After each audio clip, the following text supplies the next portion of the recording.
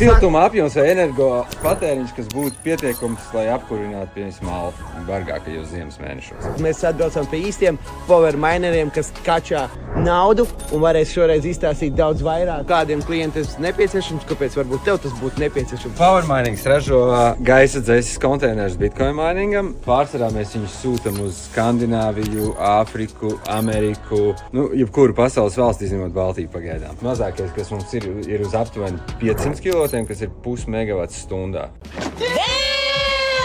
Siltuma apjoms vai energo patēriņš, kas būtu pietiekams, lai apkurinātu, piemēram, Alfu bargākajos ziemas mēnešos. Jo lētāka elektrība, jo lielāks arī katrs puscents un sub-zero cents, ko tu ietaupi, iespējams zaudēs uz savu investīciju. Šīs konteiners ir jau būvēts apkurināšanai, jeb šo jaunākie Bitcoin mineri nāk nevis ar gaisa dzesi, bet gan ar ūdens dzesi, kas nozīmē to, ka īstenībā viņš strādā tā kā boilers. Ienāk vēsais ūdens, viņš tur tek, un ārā mums iznāk kā kurā setupā, bet 40 līdz 70 grādi pēc Celsija. Šo te jau var slēgt pie savām siltajām grīdām vai boileriem. Tas nozīmē, es varu ražot babkas un sildīt māju pa brīvu.